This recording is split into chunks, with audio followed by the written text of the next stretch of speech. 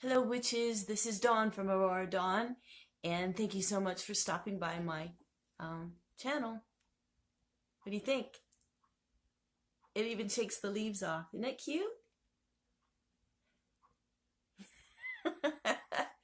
All right, let's see if I can take that off. Here we go. Here we go. All right. Let's see. Okay, lovely witches, this video is about self-mastery, or also known as shadow work. We have some new people in our Shadow Magic Witches Facebook group, and they are new to shadow work. They've read some things about it, they understand what it's all about, but they want to know how to start.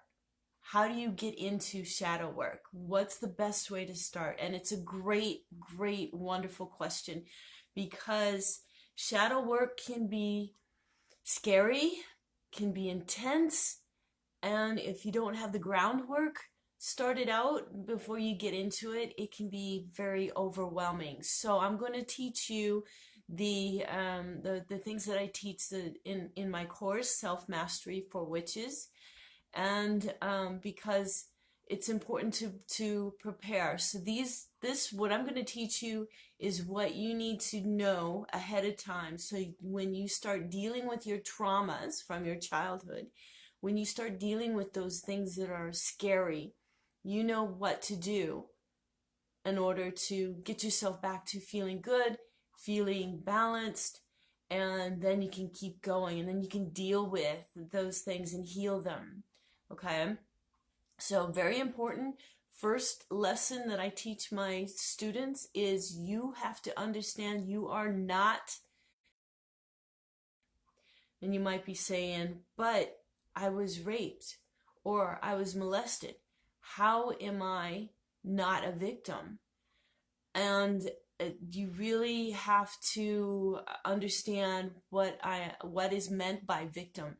Because if you continue to see yourself as a victim, then you will continue forever, wait for that other person to change, apologize, and make reparations for what they did.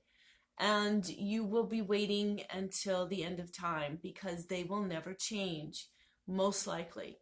Now, some people do. Some people do change. I understand that. But a lot of times, people will not change, and they can't. They don't know how. They have their own issues that is preventing them from changing. But you have to understand that you don't have to wait for them. You can make changes. You can heal now, but you cannot be in victim attitude, victim mindset, because then you have no power. So you have to take your power back and recognize that you have this power, that you can make changes. You are not a victim. All right? So that's lesson number one. Condensed, very tiny, tiny.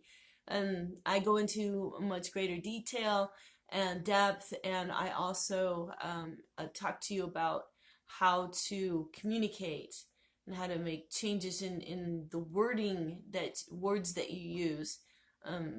But you will need to take the course to get into that, because it's just too deep and it's too much for this little video. So next is to process your emotions. In this class, I teach you what emotions are, why they are there, what they mean. There's a definition for your emotions. What message are they giving to you? And so for this video, I'm just going to teach you how to process them, because that's the crux of that class. So what you do is you examine your emotions. What am I feeling right now? I'm not feeling good. So what am I feeling? Make a list. Write them down. And I know that's a pain in the ass. It's work. And I don't want to. But if you do this, you will feel better very, very quickly. So write them down. Then go through your list in each one. How intense is this? I'm angry. How intense? No story. You don't want to be entertaining, well, he said this and now I'm angry, and because he keeps doing this, and I'm always the victim, and I'm always being stepped on, and I'm always being taken advantage of, blah blah blah blah. No story, no judgment, no criticism, no story. Just what are you feeling? How intense is it? Then write down that number. So on a scale of 1 to 10, 10 being maxed out, how intense is your anger right now? All right. And then go on to the next one. I'm hurt. How intense is that? I am afraid. How intense? I am feeling sorry for something, feeling overwhelmed with sorrow and sorry for things that have been done or not done. How intense is that?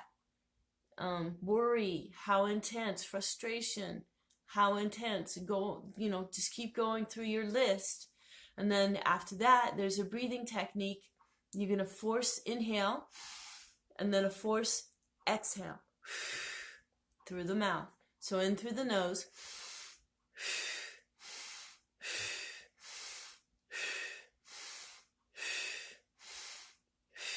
And then just relax. And hold your breath out. Don't push your breath all the way out. Don't empty your lungs unless you're practiced in pranayama and breathing techniques and stuff like that. Because if you breathe all the way out, it can be a form. It can trigger anxiety. So don't do that. Just relax, exhale, and then just hold it out just for a few seconds. You're gonna feel a little lightheadedness, and that's what you want. You want to experience lightness. You want to experience feeling light.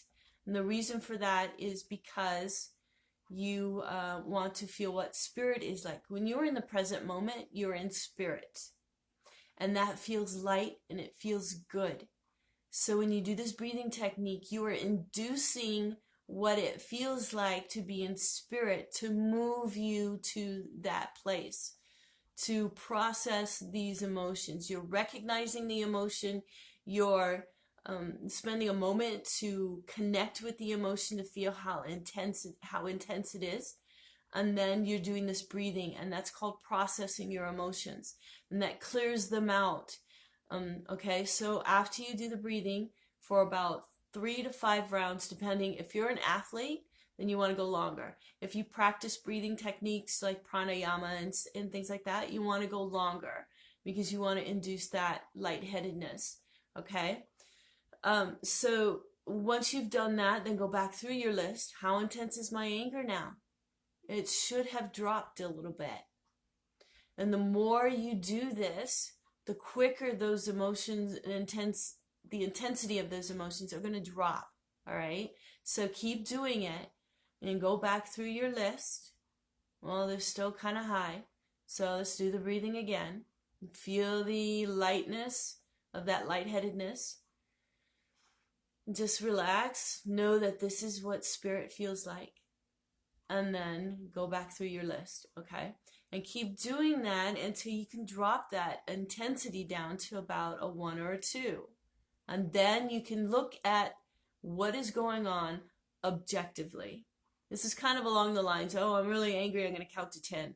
And then you count to 10, but 10 you feel more relaxed and better able to handle the situation. It's along those lines, but we go a little bit further into processing the emotion by acknowledging the emotion is there and how intense it is, and then the breathing. Okay, next thing I teach my students is to nurture your own emotional needs. So first, that should be 3. First is know that you are not a victim. Second, process your emotions. Third, nurture your own emotional needs. The purpose of nurturing your own emotional needs is because you are the only one who can nurture your emotional needs. Now, as children, we look to our parents to nurture our needs, and then we are supposed to learn how to nurture our own emotional needs, but that doesn't happen. And so we grow up looking to our peers in high school to nurture our emotional needs, to find a romantic partner who will nurture our emotional needs, okay? So on and so forth. And we're continually let down because they're human and they are not, one, they're not responsible for nurturing your emotional needs. Two, they cannot nurture your emotional needs. Only you can do that. Now you can express love and you can receive expressions of love from other people. I'm not saying that doesn't happen, that can't happen. It does, and it's good. But you are the only one who can nurture your emotional needs. And what that looks like is self-talk. So basically, I would say, in a meditative state, get really relaxed. Just relax. And then I visualize myself as a little girl. And I visualize my higher self sitting in a rocking chair. And I go over to my higher self and crawl up into her lap. And she wraps me up in this big blanket. And she speaks to me. And this is what I hear. Little Dawn, I am so glad you were born. You are growing up so beautifully. You're making great strides in your growth. And now you are going into shadow work, and I am so proud of you. I'm so proud of you for taking the responsibility of your own pain and reaching out to your own self, your wounded self, to heal. And I'm so thankful that you are learning about your emotions and that it's okay to have them. It's okay to listen to them and pay attention to them. So on and so forth. So that's what nurturing your emotional needs is all about. It's nurturing yourself. It's hearing those things that you wanted to hear from your parents, that you seek from other people. You're doing it to yourself. You're giving that to yourself, that attention, that support, that you are being your best friend. You seek that from other people, but you can do that for yourself.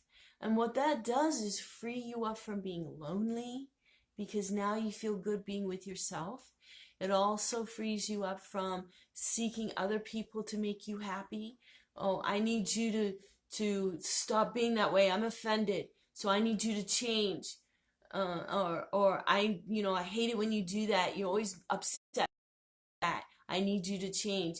You will not need other people to change so you can be happy. Now there's something called protecting your boundaries, which is a little bit different, but I can't go into that here. It's going to be, the video will take too long. So maybe another video. But I wanted to touch on this, and this is the very first thing. These are the things that you need to get into the habit of doing, especially if you're getting into shadow work, because it's going to be overwhelming when you start touching on your pain, touching on your traumas, touching on your fears. You're going to need to know how to take care of the emotions that come up.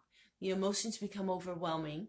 Your ego is sitting in the driver's seat, controlling your behavior and making you think things are a certain way when they are not.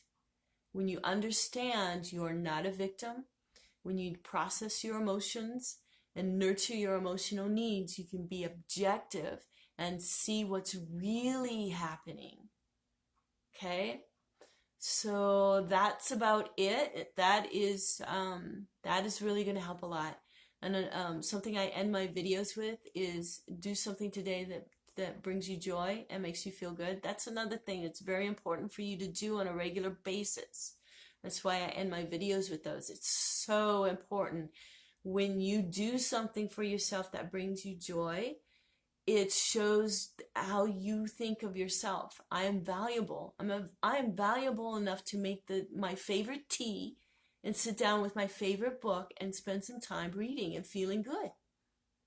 And when you do that, it makes a huge difference. And all these things that I told you, if you practice these, it's going to build your courage. It's going to build your self-confidence, your self-esteem, and your self-love. I guarantee it. All right. So that's it for now. Thank you so much for watching. If you have any questions or comments or anything, please let me know. I love hearing from you. If you like this video, give me a thumbs up. If you like these kinds of videos, I also have videos about spell work and about magic and shadow work and shadow magic. So if you like those kind of videos, please subscribe. It helps support my channel. So do something today that brings you joy and makes you feel good. I love you all, and until next time, blessed be.